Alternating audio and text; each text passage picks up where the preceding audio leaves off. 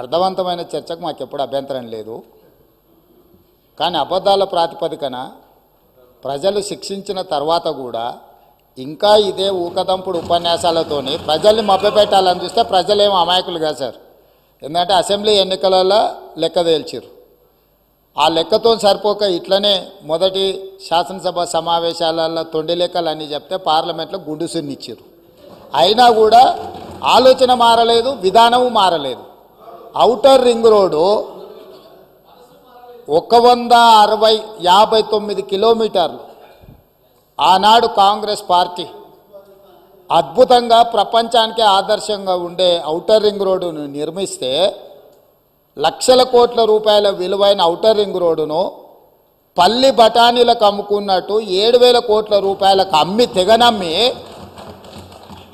గొర్రెల పథకము ఎన్ని గొర్రెలు ఇచ్చిండ్రో ఎన్ని గొర్రెలు ఉన్నాయో ఇవాళ మొత్తం లెక్కలు తేలినాయి. గొర్రెల మీద ఏసీ బోళ్ళు ఊరికి అట్లా మీద ఇట్లా తడిమి చూస్తే ఆల్రెడీ 700 కోట్లు గొర్రెల పేరు మీద దిగమింగినరని చెప్పి ఈరోజు రిపోర్ట్స్ వచ్చినాయి. కేసీఆర్ కిట్టులో ఏం అవినీతి జరిగిందో వారు కోరుకుంటే విచారణకి ఇద్దాం, దాని మీద కూడా పోదాం.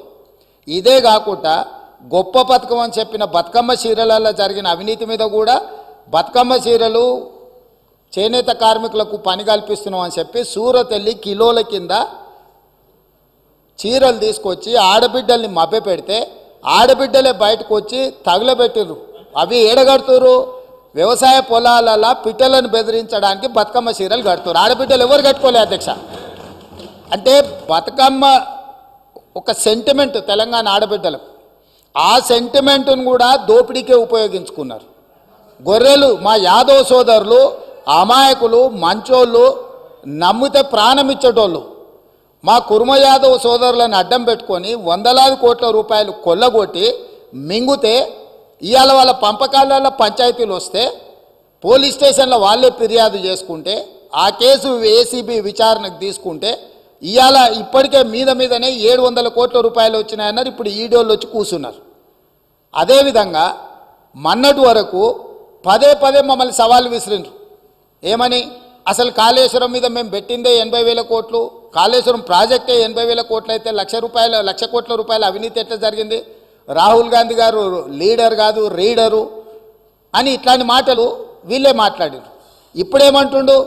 ఇప్పటి వరకు మేము 94,000 కోట్ల రూపాయలు కాళేశ్వరం ఖర్చు పెట్టినామంటున్నాడు. నిన్నటికి నిన్న పోయి చూసిర్రు ఎట్లా కూలిందో, ఇంకేమైనా మిగిలిందా లేదా అని. ఇవాళ ఇన్ని తప్పిదాలు చేసి ఉన్నాయని నమ్మి రంగారెడ్డి జిల్లాలో తమ రంగారెడ్డి జిల్లా నుంచి రిప్రజెంట్ చేస్తున్నారు అధ్యక్ష. మా మల్రెడ్డి రంగారెడ్డి గారు ఎప్పుడు మొత్తుకుంటుంటారు, అన్నీ మా భూములు అమ్ముకున్నారు, కనీసం మాకు రోడ్లు కూడా వేయలేదు, మా డ్రైనేజ్కి కనీసం మురికి కాలువలు కట్టుకోనికి కూడా నిధులు ఇవ్వలేదు, మా కాలేజీలు కూడా కట్టుకోవడానికి నిధులు ఇవ్వలేదని మా మల్రెడ్డి రంగారెడ్డి గారు అంటుంటారు. ఎన్ని వేల కోట్ల రూపాయల భూములు అమ్మినరో ఇవాళ లెక్క తీద్దాం అధ్యక్ష. ఇవాళ అప్పుల లెక్క ఏదైతే చెప్తుండో అమ్ముకున్న లెక్కలు చెప్తలేడు.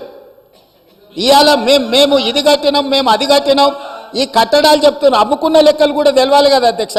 మనకి తాతలు ముత్తాతలు ఆర్నమెంట్స్ ఇస్తారు, ఆస్తులు ఇస్తారు, బంగారం ఇస్తారు. మనకి ఇంట్లో ఆడబిడ్డలకు ఉండనీక అని చెప్పి బంగారం ఆభరణాలు ఇస్తారు. కానీ ఇంట్లో ఎవరో ఒకరు వ్యసనాలకు లోనయ్యి తాగుడుకో జూదానికో అలవాటు పడి తాతలు ముత్తాతల నుంచి వచ్చిన బంగారం అంతా తెగ నమ్ముకుంటారు, భూములు తాకట్టు పెడతారు. తాతలు ముత్తాతలు సంపాదించిన గౌరవం పేరు మీద ఊర్లో అప్పు పుడితే అప్పు కూడా తీసుకొచ్చి అప్పు కూడా పెట్టి ఎక్కడిదక్కడ కథం పడతారు. ఇవాళ 10 ఏళ్ళైనా అధ్యక్ష నేను మిమ్మల్ని ఒకటే మాట్లాడగదలుచుకున్నా. ఏమన్యాయం చేసినాం అధ్యక్ష? పాలమూరులో మేము చంద్రశేఖరరావుకి ఏమన్యాయం చేసినాం?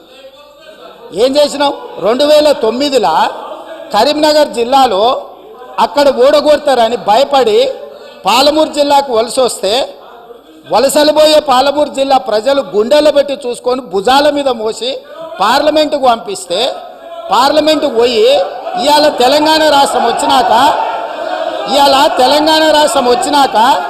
మొట్టమొదట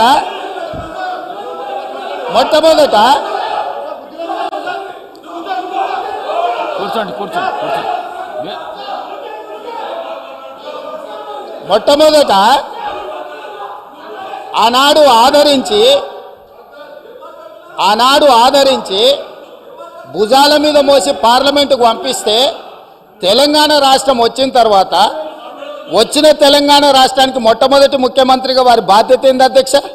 పాలమూరు జిల్లా ప్రాజెక్టులు పూర్తి చేయొద్దా అధ్యక్ష? ఈ రోజు కూడా ఉమ్మడి రాష్ట్రంలో ఏ అన్యాయం ఏ నిర్లక్ష్యానికి పాలమూరు జిల్లా గురైందో, మా తట్ట పని పార పని వలస బతుకులు ఎట్లున్నాయో బీఆర్ఎస్ పార్టీ అధికారంలోకి వచ్చిన 10 ఏళ్లలో అంతకంటే దారుణంగా తయారైనవి. ఇవాళ 10 ఏళ్ల తెలంగాణ రాష్ట్రంలో కూడా అదే కల్వకుర్తి, భీమా, నెట్టంపాడు, కోయిల్సాగరు, పాలమూరు, రంగారెడ్డి, ఎత్తిపోతల, సంగంబండ, రాజోలి బండ, జూరాల ఏ ప్రాజెక్టు కూడా ఈ 10 సంవత్సరాలలో దాదాపుగా 17.5 లక్షల కోట్లు అప్పులు లెక్కలైతే 20 లక్షల పైన కోట్ల రూపాయలు ఖర్చు పెట్టినా మా పాలమూరు జిల్లా ప్రాజెక్టులు పూర్తి కాకపోవడానికి వీళ్ళ దుర్మార్గం కారణం కాదా? ఈరోజు రంగారెడ్డి జిల్లా ఆనాడు మీరు కానీ అక్కడ కూర్చున్న వాళ్ళు కానీ రాజశేఖర రెడ్డి గారిని ఒప్పించి ప్రాణహితలో ప్రారంభమయ్యే ప్రాజెక్టును చేవెళ్లకు తీసుకొచ్చి చేవెళ్లలో శిలాఫలకం వేపించి చేవెళ్ల ప్రాంతంలో రంగారెడ్డి జిల్లాలో 1000 కోట్ల రూపాయలు ఖర్చు పెట్టిన ప్రాజెక్టులను రంగారెడ్డి జిల్లాను ఎడారిగా మార్చడానికి మెదక్ జిల్లా వరకు నియంత్రించి ఇవాళ 3000 టీఎంసీలు గోదావరి జలాలు సముద్రంలో కలుస్తుంటే సముద్రంలోనైనా గోదావరి జలాలు కలవాలి కానీ చేవెళ్ళకు కానీ వికారాబాద్ కానీ తాండూరు కానీ పరిగికి కానీ కొడంగల్కు కానీ గోదావరి జలాలు ఇవ్వద్దని కుట్ర చేసి ఇదే ఈ రోజు అక్కడ కూర్చున్నోళ్ళు ఆ ఎల్ల అర్ధాంతరంగా అసంపూర్తిగా ఆపిన పనులను పరిశీలించడానికి మనం పోలేదా అధ్యక్ష? చేవెళ్ళ చౌరస్తాలో శిలాఫలకం ముందర మనం నిరసన తెలపలేదా అధ్యక్ష? ఏం పాపం చేసింది అధ్యక్ష రంగారెడ్డి జిల్లా? రంగారెడ్డి జిల్లాలో భూములు అమ్ముకుంటారు, రంగారెడ్డి జిల్లాలో ఉన్న ఆస్తులు అమ్ముకుంటారు. ఇవాళ చేవెళ్ళ ప్రాజెక్టును మొత్తం నిర్వీర్యం చేసి ఇంకా సిగ్గు లేకుండా వీడికొచ్చి మేము వెలుగబెట్టినామని ఇవాళ వీడికొచ్చి మాటలు చెప్తుండ్రా? కాంగ్రెస్ పార్టీకి పోయినసారి 19 మంది ఎమ్మెల్యేలు ఉంటే 5 మంది 6 మంది అని ఎట్లా లెక్కలు చెప్తాడు అధ్యక్ష? ఇవాళ తెలంగాణ సమాజం మొన్న జరిగిన శాసనసభ ఎన్నికలలో కాళ్ళు చేతులు ఇరిసేసిండ్రు, అయినా మారకపోతే పార్లమెంట్ ఎన్నికలలో ఉరి తీసిండ్రు.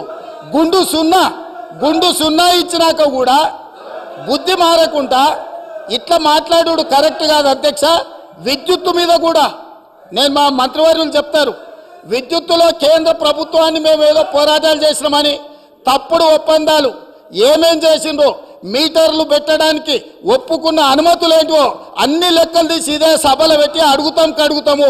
ఇప్పుడు మీ ద్వారా వారు నిజంగానే చాలా నిజాయితీగా నడుపుంటే నేను ఒక్కటే మాట అడుగుతున్నా, బతుకమ్మ చీరల మీద, కేసీఆర్ కిట్ల మీద, గొర్రెల పంపకాల మీద, ఈ 3 పథకాల మీద మీరు గొప్ప పథకాలు అంటున్నారు కదా, దీని మీద విచారణకు సిద్ధంగా ఉన్నారా? దీని మీద సమాధానం చెప్పండి అని నేను అడుగుతున్నా అధ్యక్ష.